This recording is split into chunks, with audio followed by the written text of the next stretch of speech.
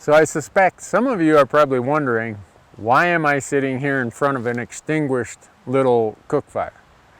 Well, the reason is every year there are wildfires that happen because someone did not properly extinguish their cook fire or their warming fire. And sometimes those are hunters. And the last thing I want is for hunters to be doing things that gives us all a bad name. It can end up in closed access, it can end up in property damage, personal injury. Just south of where I'm at right now, 10 or 15 years ago, two hunters were up on a ridge. It was late October, they got cold, they started a little warming fire. And the wind was really brutal that day, and it got away from them. And it burned tens of thousands of acres. And now there are some ranches over there that used to allow public access under Montana's block management program. Done.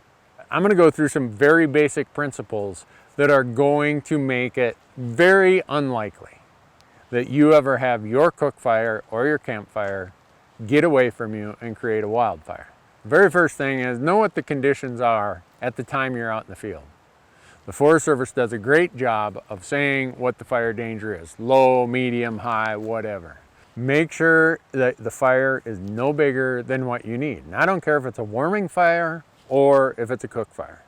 You'll see, yeah, we put a rock ring around it, but one of the other things we did is we took sticks and we worked away all of the vegetation.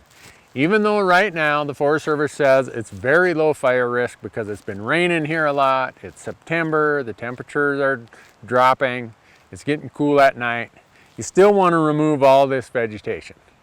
And then there's a creek right there.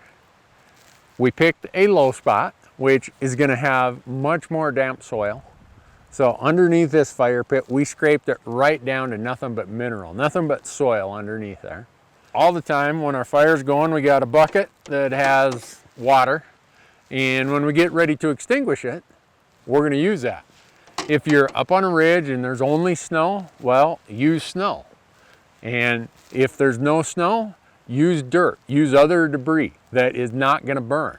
The general rule about when you leave your campfire or your warming fire is take your bare hand. Don't take a glove, take your bare hand. And if it is too hot to touch, it's too hot to leave.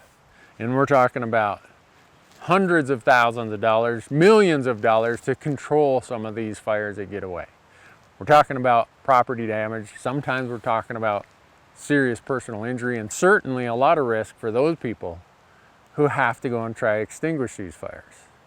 Those of us who spend our lives in the outdoors, there's something about having a fire when it's cold and you're warming up.